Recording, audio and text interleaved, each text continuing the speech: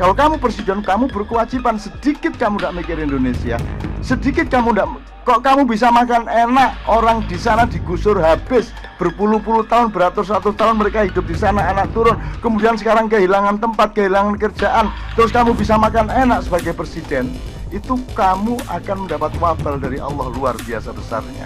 Cina itu komunis apa tidak? Sekarang dia pinter, tetap komunis politiknya untuk imamah. Cina iya. Sri Bintang mengatakan, Indonesia bisa dikudeta jadi negara komunis dikendalikan RRC.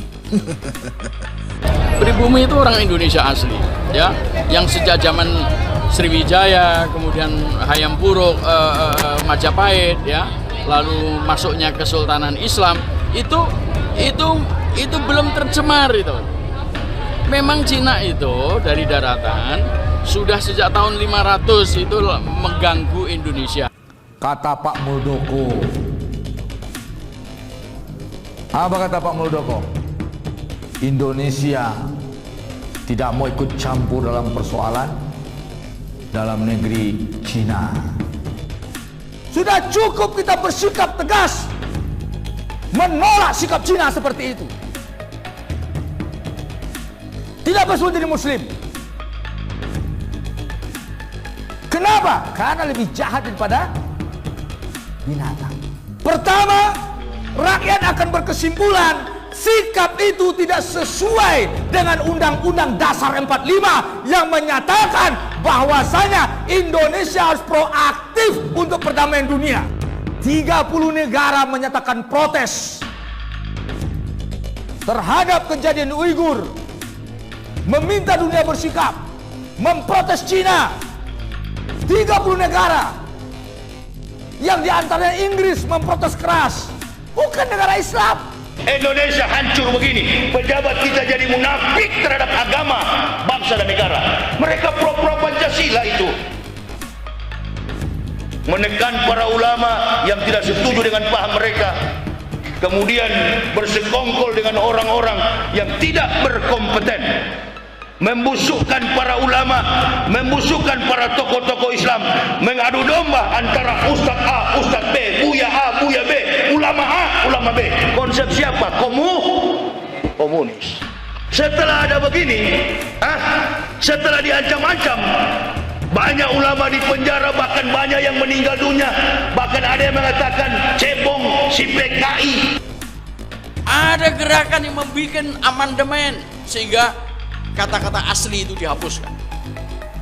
Ya mereka juga agar bisa masuk lah itu. Cina brengsek itu. Orang munafik itu saling bela. Saudara dekat mereka adalah kafir. Sekali lagi, saudara kembar, saudara dekat orang munafik adalah kafir. Jadi dia bukan Islam. Dia hanya memakai Islam sebagai SIM. Abu Jongos, Abu Sandal, Abu Sepatu. Dia mengatakan Pancasila, saya paling Pancasila, saya NKRI, kamuflase, lagu lama, lagu lama, permainan lama. Siapa? Komunis. Jadi yang merusak, yang munafik terhadap negara dan bangsa hari ini adalah pejabat-pejabat di rezim sekarang ini yang suka bikin ribut, yang suka bikin gaduh di masyarakat, yang munafik terhadap agama dan negara bangsa.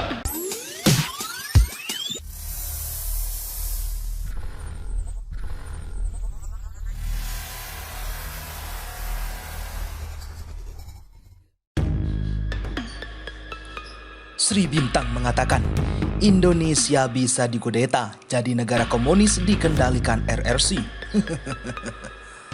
Republik Indonesia bisa dikudeta menjadi negara komunis yang dikendalikan RRC. Republik Indonesia bisa dikudeta untuk diubah menjadi negara komunis yang dikendalikan Cina komunis yang anti pribumi dan Islam, kata aktivis Sri Bintang Pamungkas dalam artikel judul Republik Indonesia ke depan, Implan ala Global Crowd. Untuk mengkudeta Indonesia menjadi komunis, kata Sri Bintang, dengan jutaan tentara merah dari RRC yang masuk ke Indonesia untuk tak ubahnya seperti film The Walking Dead yang diperintahkan untuk menyerbu dan membunuh rakyat Indonesia. Kebijakan PPKM bisa jadi bagian dari itu, supaya diam-diam lebih banyak tentara merah yang masuk. Pembunuhan kecil memang sudah terjadi di banyak tempat, tapi belum masif, ungkapnya. Sri Bintang berharap ada Jason Baroni di Indonesia yang mulai sadar bahwa program Turnstone dari Global Group yang membiusnya selama ini telah berakhir.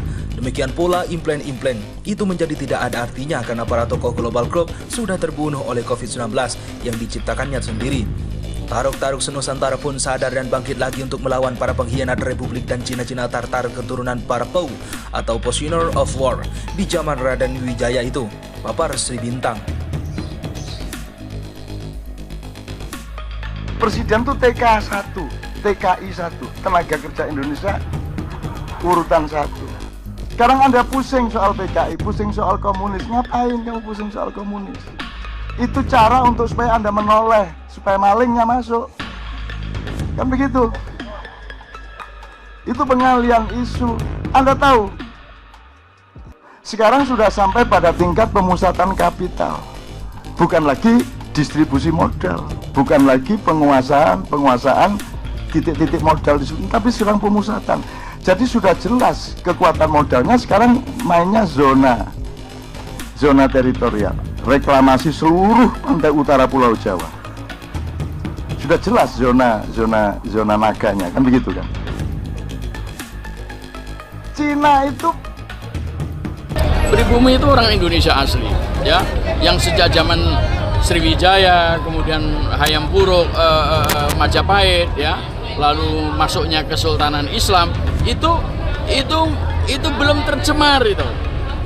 Memang Cina itu dari daratan sudah sejak tahun 500 itu mengganggu Indonesia. Pertama, rakyat akan berkesimpulan sikap itu tidak sesuai dengan Undang-Undang Dasar 45 yang menyatakan bahwasanya Indonesia harus proaktif untuk perdamaian dunia. 30 negara menyatakan protes terhadap kejadian Uighur, meminta dunia bersikap, memprotes Cina. 30 negara yang diantaranya Inggris memprotes keras, bukan negara Islam. Indonesia hancur begini, pejabat kita jadi munafik terhadap agama, bangsa dan negara. Mereka pro-pro Pancasila itu, menekan para ulama yang tidak setuju dengan paham mereka, kemudian bersekongkol dengan orang-orang yang tidak berkompeten, membusukkan para ulama, membusukkan para tokoh-tokoh Islam, mengadu domba antara Ustaz A, Ustaz B, Buya A, Buya B, ulama A, ulama B. Konsep siapa? Komunis. Setelah ada begini, setelah diancam-ancam, banyak ulama di penjara, bahkan banyak yang meninggal dunia, bahkan ada yang mengatakan cebong si PKI. Mereka berkata, setelah Tengku Jul meninggal, berikutnya kamu Yahya Waloni. Alhamdulillah, itu yang Ambo tunggu. Mereka juga telah mendapatkan rekomendasi untuk diizinkan masuk dari kantor kesehatan pelabuhan kelas Insinyur Soekarno-Hatta. Mereka telah lolos pemeriksaan kesehatan oleh KKP Sota, lalu diberi rekomendasi untuk diizinkan untuk masuk Indonesia. Kemudian dilakukan pemeriksaan keimigrasian dan diketahui bahwa mereka semua pemegang ITAS sehingga masuk dalam kategori orang asing yang diizinkan masuk sesuai peraturan Menkumham 27 tahun 2021. Jelas Kepala Bagian Humas dan Umum Ditjen Keimigrasian Arya Pradana Angkara dalam keterangannya. Adapun warga negara asing yang mendarat di Bandara Internasional Soekarno-Hatta tersebut menumpangi pesawat Citylink dengan kode GG8815 yang membawa 37 penumpang terdiri atas 30 warga negara asing dan 3 orang warga negara Indonesia. Selain itu, pesawat tersebut membawa 19 awak alat angkut yang semuanya warga negara Indonesia. Sebelumnya, pemerintah telah memberlakukan pelarangan orang asing selama masa pandemi COVID-19 dan pelarangan tersebut diperluas bagi selama masa PPKM dengan terbitnya peraturan Menkumham nomor 27 tahun 2021. Selama masa PPKM, pemerintah hanya mengizinkan 5 kategori orang asing yang boleh masuk Indonesia, yaitu pemegang visa dinas dan visa diplomatik, pemegang izin tinggal dinas dan izin tinggal diplomatik, pemegang izin tinggal terbatas dan izin tinggal tetap.